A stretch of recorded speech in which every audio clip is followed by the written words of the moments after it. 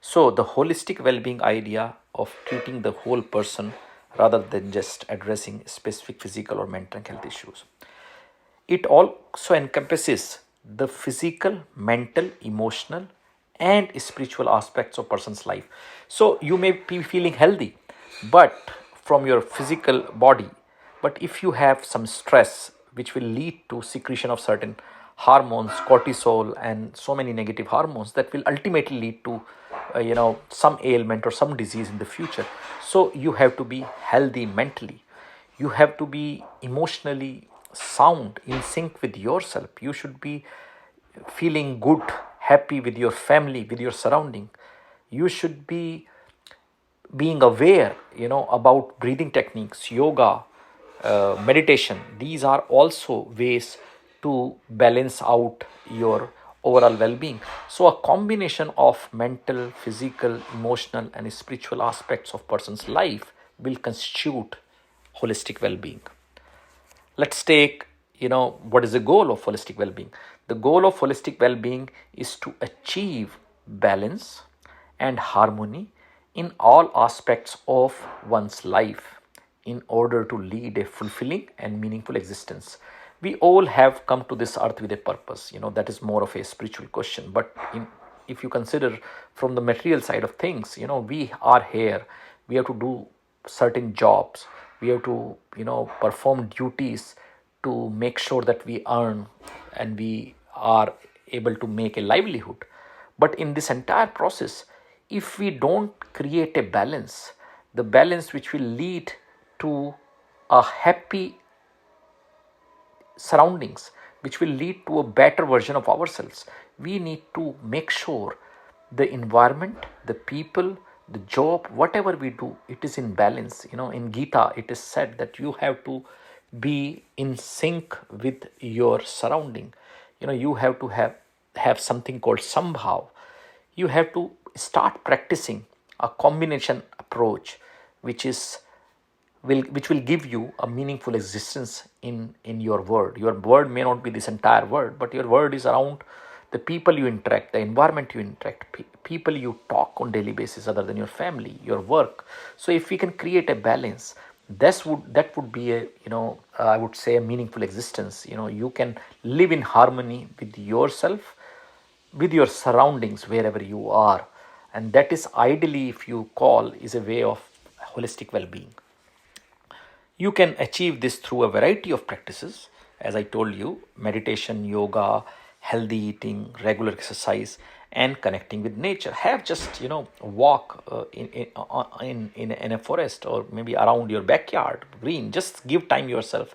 As I told in multiple videos, we don't give time to ourselves. We are always with our, tablets, phones, TV. We have to start coming out from those external factors which we use to feel happy. We have to connect with ourselves, self-reflect, do meditation.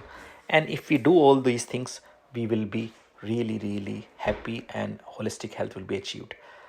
Now, I was asked, can I give a very simple example of, holistic well-being? What would be in a person's life?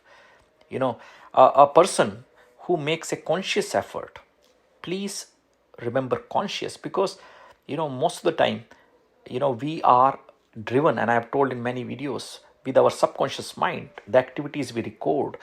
We do sleepwalk in a day. We are always, driven by subconscious data.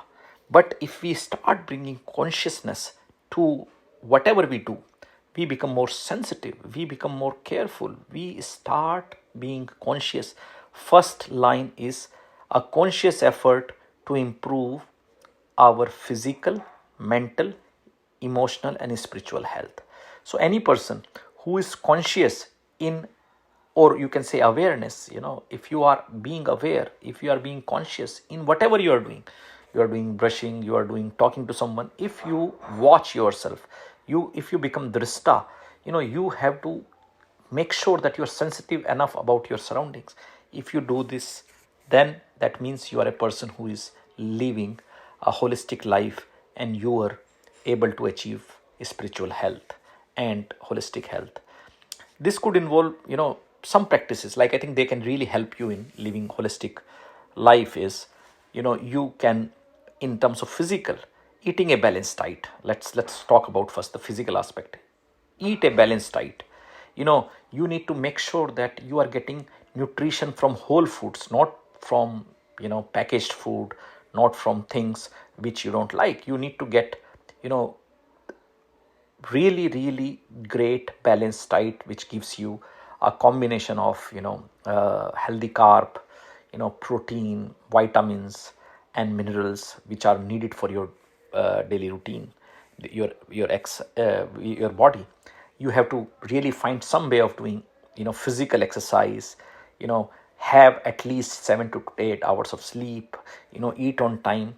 You can also include intermittent fasting in your daily routine, because that gives your body a way to detoxify itself. So whatever wrong things we ingest from our environment, pollution, foods, whatever is there, it can be cleared out. So it's a great way of doing intermittent fasting every day, about 16 hours.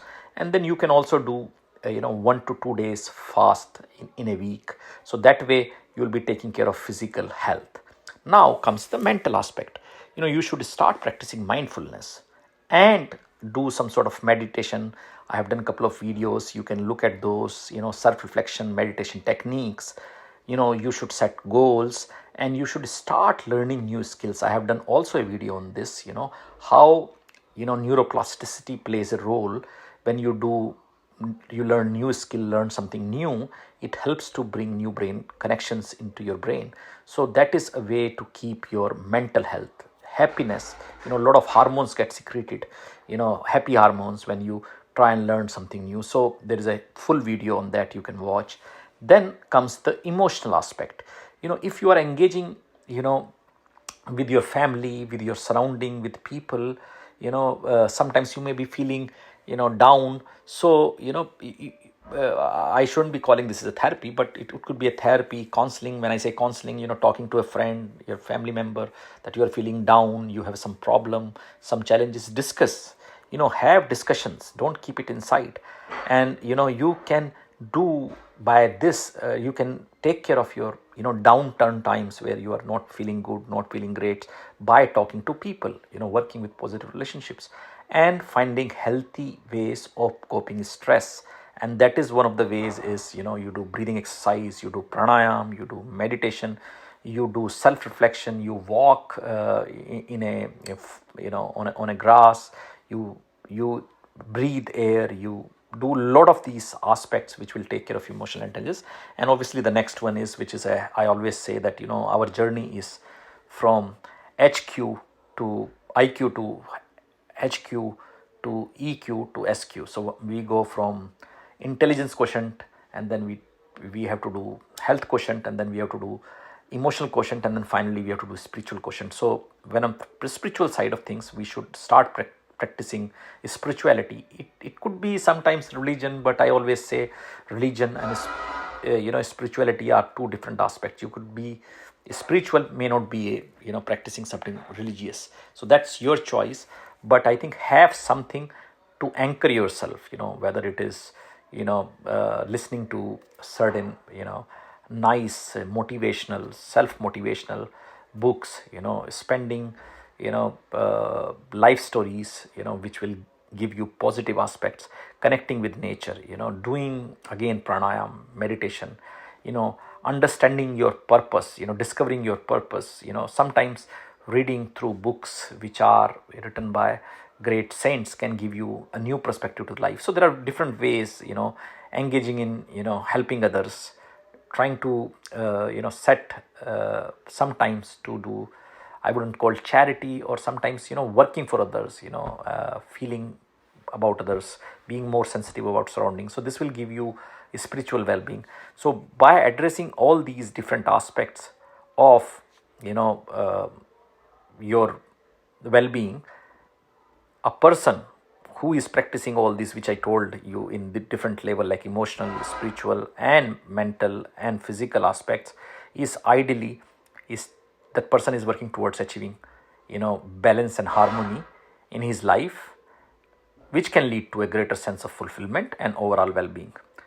It is important to note that what works for one person may not work for another. as we all have different needs and preferences in lifestyle, and this is something which we should accept.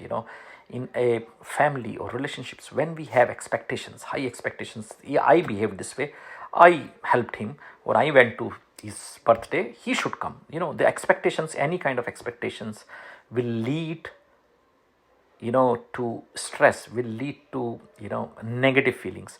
So everyone is different. I do what is in sync with myself, let other person do what is in sync with that person's side, and we should try and make sure that we don't push others to live the way we want them to live. Let's have a coordinated way, somehow a balanced way of living, in your surroundings. And once we are sensitive about our surroundings, we are working with the surroundings, we are giving importance to every aspect of our life around us, and we are in sync, we will be able to lead a holistic life. Hope this video has answered the question that what is holistic well-being, with an example and how you can achieve that. See you in the next video. Thank you. Namaskar. Bye.